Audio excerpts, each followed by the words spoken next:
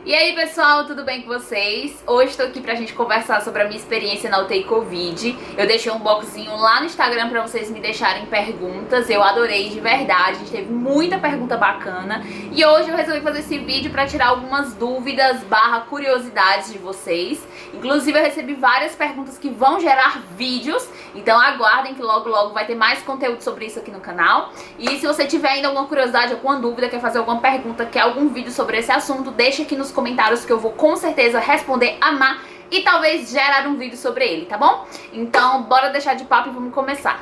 E a primeira pergunta eu acho que é a recorde de perguntada, que é: tu fica muitas horas no plantão sem fazer xixi? Eu comentei sobre isso no vídeo da emergência, então se você não assistiu, vai lá, corre, assiste. Lá realmente eu tive uma experiência bem dura e eu acho que isso começou a ter acontecimento, né, pra este tipo de assunto, depois das chinesas, depois das italianas, porque realmente, gente, é muito complicado. A gente não tem tempo pra tomar água, pra ir no banheiro, pra jantar. Por muitos dias eu ia jantar, tipo, 1 hora da manhã, 2 horas da manhã, porque no horário correto, que é tipo 8, 9, não dava. Fora os dias que eu não conseguia jantar e quando eu ia ver, tipo, acabou, a janta já tá gelada, sem condições de comer. E a sorte é que a gente recebe a janta na UTI, pelo menos no meu hospital. Então se eu tivesse que depender do refeitório, eu tava lascada. Mas graças a Deus a janta vinha até a gente, então foi um pouco mais fácil. A questão do banheiro, gente, teve vários dias que eu tinha vontade de ir no banheiro, mas eu não tinha condição de ir ao banheiro, porque tinha muita coisa pra fazer. Então meio que você tá com a vontade agora, mas no segundo seguinte você perde a vontade, porque você nem lembra da vontade, sabe? Passa, você tem outras prioridades. Então é complicado, mas é uma realidade. Outra pergunta é: vocês ficam a todo instante dentro da UTI olhando os pacientes? Gente, inclusive, a minha UTI, ela tinha um caso à parte. Por quê? No hospital que eu trabalho, a gente tem um espaço físico muito bom, graças a Deus, porque deu pra gente conter muito bem a pandemia dessa forma. Então, a UTI que eu fiquei era onde seria o centro cirúrgico novo. Então, imagina, normalmente a UTI é assim, tem a mesa do enfermeiro em forma de ilha, que a gente chama a estrutura de ilha, é aqui no meio, e os pacientes ficam aqui ao redor. Então, dependendo de onde você olhe, você consegue ver um paciente. É, tipo, muito mais fácil de você conseguir olhar todo mundo de uma forma integral. Na UTI que eu fiquei, que era o centro cirúrgico, não tinha essa estrutura, obviamente, eram salas cirúrgicas, a gente tinha 5 salas. Então os pacientes eram distribuídos dentro dessas salas e a gente ficava fazendo rondas durante o plantão. Na verdade a gente passava o plantão andando, sério gente, eu emagreci com isso porque eu fazia muito Cooper lá dentro, sabe, tipo, vida fitness. Então tal hora eu tava nessa sala, passava na outra, passava na outra, passava na outra, e aí eu ia o plantão inteiro andando de sala em sala onde estavam os meus pacientes pra estar fazendo essa ronda, pra estar vendo como eles estavam. Já quero frisar aqui que eles não ficam sozinhos, obviamente. Existem os técnicos de enfermagem que ficavam dentro das salas direto com eles. Sempre 2 técnicos, tipo, eu preciso ir no banheiro. Um fica, o outro vai. Preciso jantar. Um fica, o outro vai. Quando o outro volta, o outro vai. Entendeu? Então sempre tinha alguém com os pacientes. Eles nunca podem ficar sozinhos, nem quando tá nessa estrutura de ilha. Tem que estar sempre alguém olhando.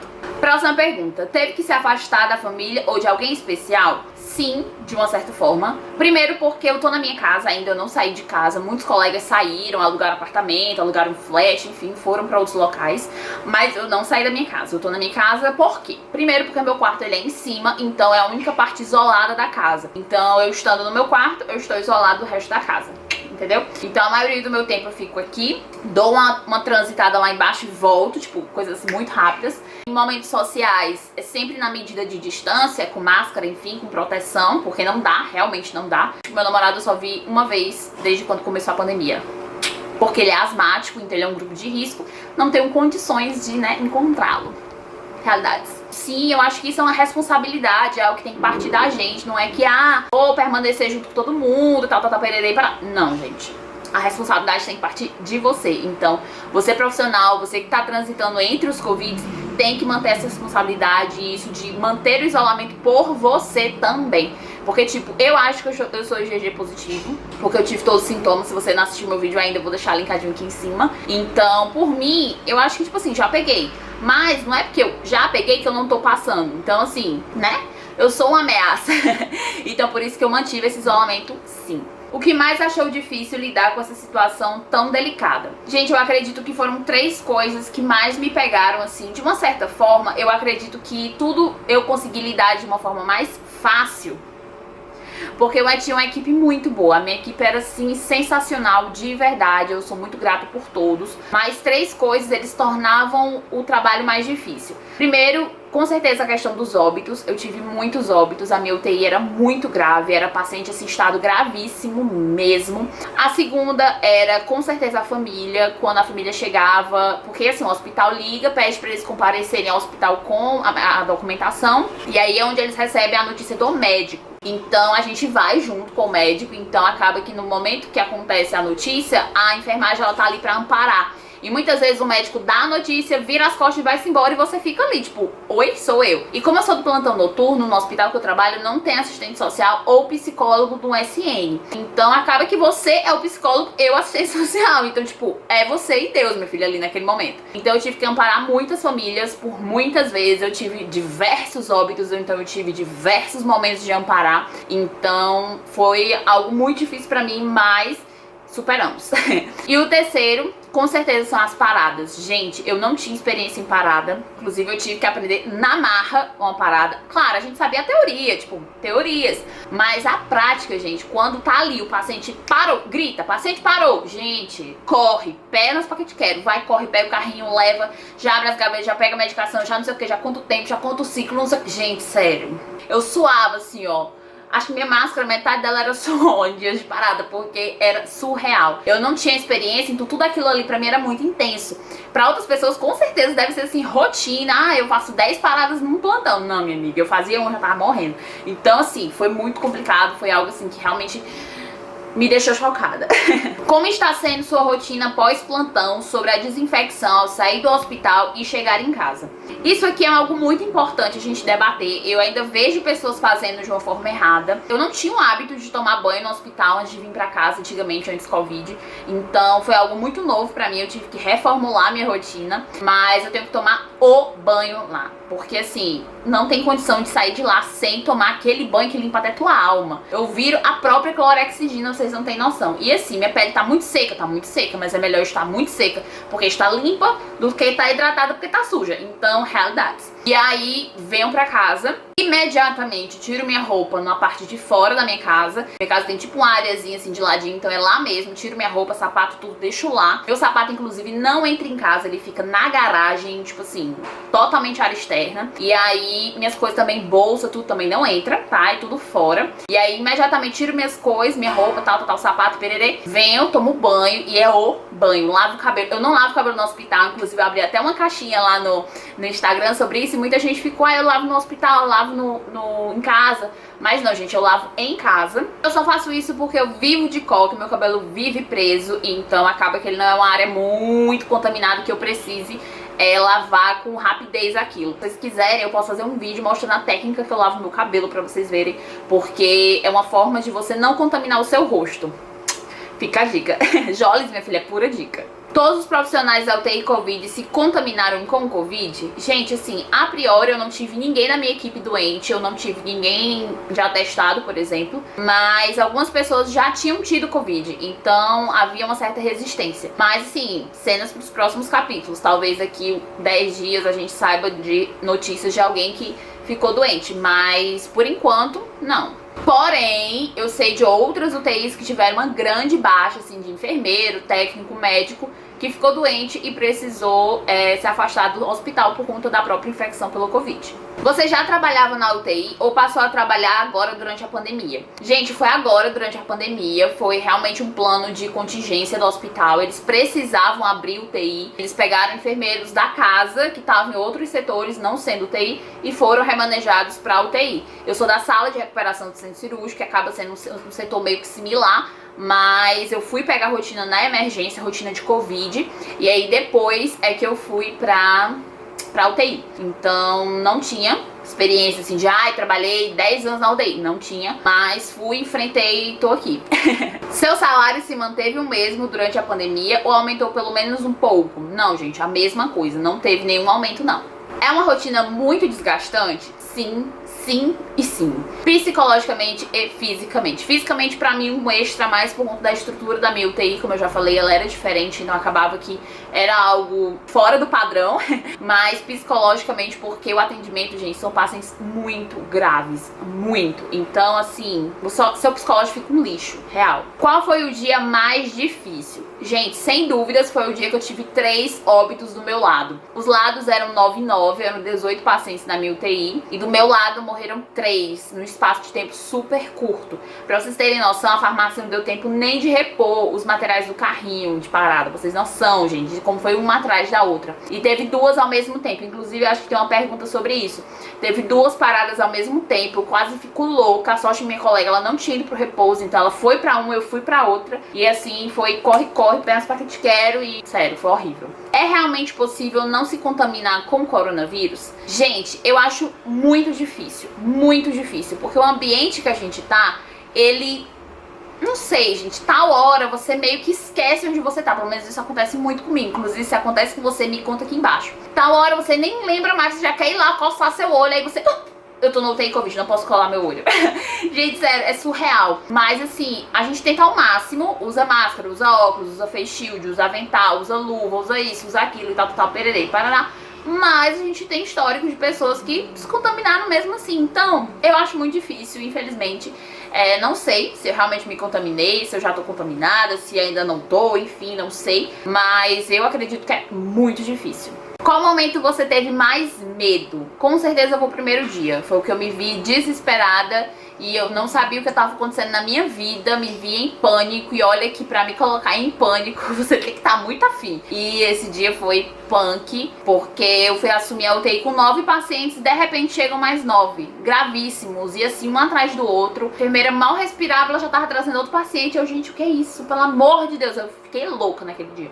Mas é isso. Como está sendo lidar com tantos óbitos? Gente, é muito difícil, porque eu ainda não consigo desconectar a parte emocional da racional. Eu sei que tem muitos pacientes, uma vez eu tava até comentando com o pessoal lá, tem alguns pacientes que a gente vê que são gravíssimos, são pacientes que já estão tipo paliativo, pacientes que não tem um grande prognóstico, não tem uma esperança muito grande de sair do tubo, por exemplo. E quando eles partem, a gente meio que entende, sabe? Tipo assim, nossa, foi um descanso pra ele precisava, ele tava sofrendo muito e tal, e pererê, parará. Mas tem outros, gente, que eles são muito instáveis. O paciente Covid, ele é muito instável. Se você trabalha com paciente Covid, me conta aqui também como é que são os teus. O paciente simplesmente, ele ia partindo e você ficava tipo... E agora o que eu faço? Aí esses óbitos, realmente você fica chocado, você pensa naquilo direto de noite e dia. Você não entende, mas quando é alguém que você já vê que tá bem sofrido, você entende. Então é variável isso. E acontece que eu tive isso várias vezes, né? Porque enfim. Mas então é um questionamento que eu ficava na minha cabeça quase que direto. Porque as pessoas que falecem devido ao Covid têm que ter seus caixões lacrados. Realmente isso é um ponto que a gente pega muito, pelo menos eu penso isso, que quando o paciente morre, a família não tem aquela despedida, eles não podem ver, eles não podem abrir o caixão, não podem abrir o saco que a gente coloca, né, prepara o corpo e tal, não tem velório, não tem enterro com a família inteira, enfim, é uma situação diferente de tudo aquilo que a gente já viveu. Então, isso tudo é por conta da contaminação mesmo, gente. O Covid, ele fica ali, ó, esperando só a hora. Então, não pode, pela questão da virulência dele mesmo. Nesse período, você está trabalhando por quantas horas? Gente, a minha escala são 12 horas, né? Eu trabalho 12 e folgo 36. Então, acaba que eu permaneci com a mesma escala, não teve nenhuma alteração. Como você decorou os parâmetros de UTI não sendo deste setor? Meu bem, na marra, com certeza. Como eu falei pra vocês, eu tive uma equipe muito bacana. Os meus técnicos, eles tinham experiência no UTI, na sua grande maioria. Então, eram pessoas que tinham experiência, então eles me orientavam muito sobre algumas coisas. E eu tinha uma colega de trabalho que era enfermeira de UTI. Então, sempre era eu e alguém de UTI. E acabou, depois do 3º plantão, sendo a mesma pessoa. Então, Lília, muito obrigada de verdade. Lília é uma enfermeira que ficou comigo. Ela ficava com 9 pacientes, eu ficava com 9. Então, a gente ficava meio a meio. E ela me ajudava demais com tudo, me ensinava muita coisa, então tipo, muita gratidão mesmo. E com certeza estudar por mim mesmo, né, meu bem? Chegou em casa, ó, baixava muito artigo, olhava muita coisa, pesquisava vídeo no YouTube, enfim. Saía correndo atrás de informação, porque senão, meu bem, a gente pira lá dentro.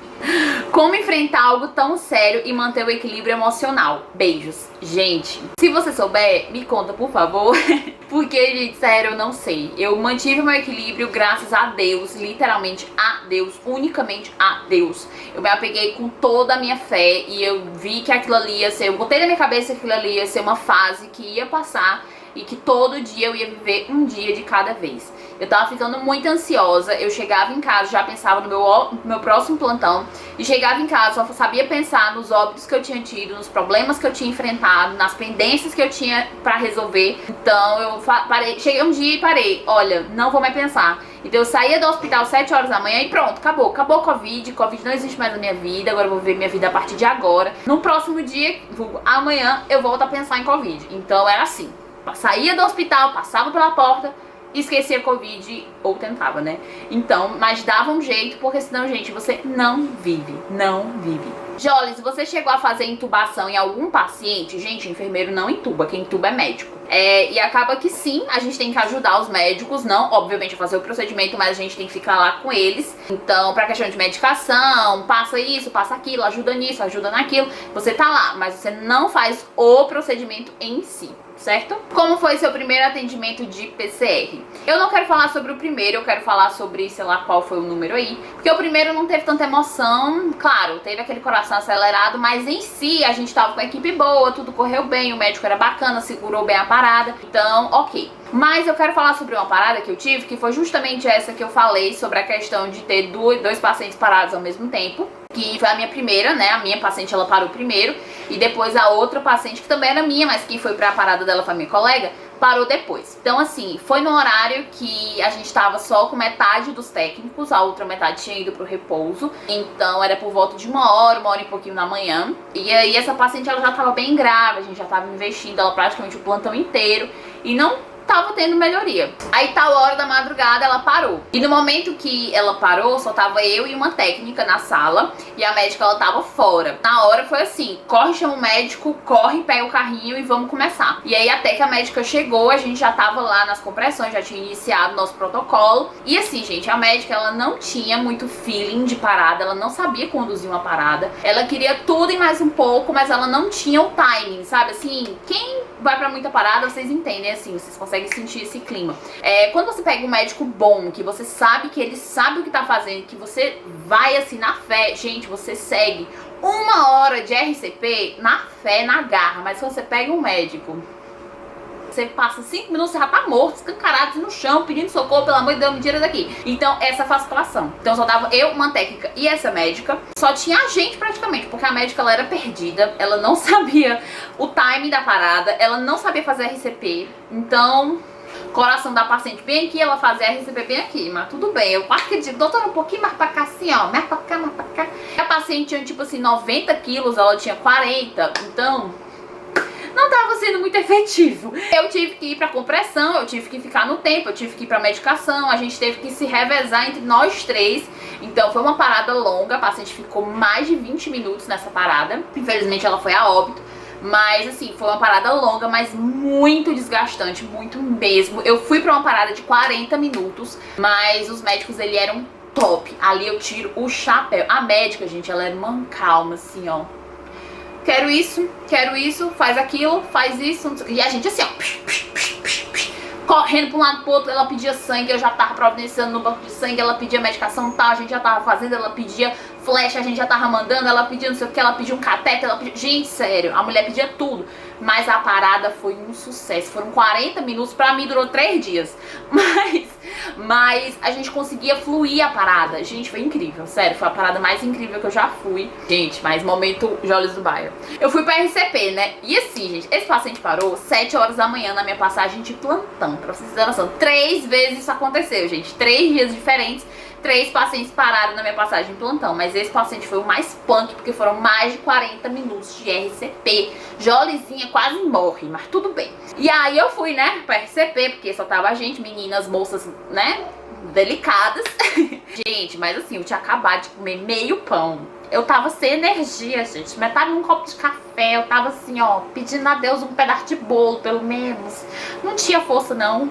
Mas fui, né? E aí o doutor tava lá, porque eram 2 médicos nessa parada, né?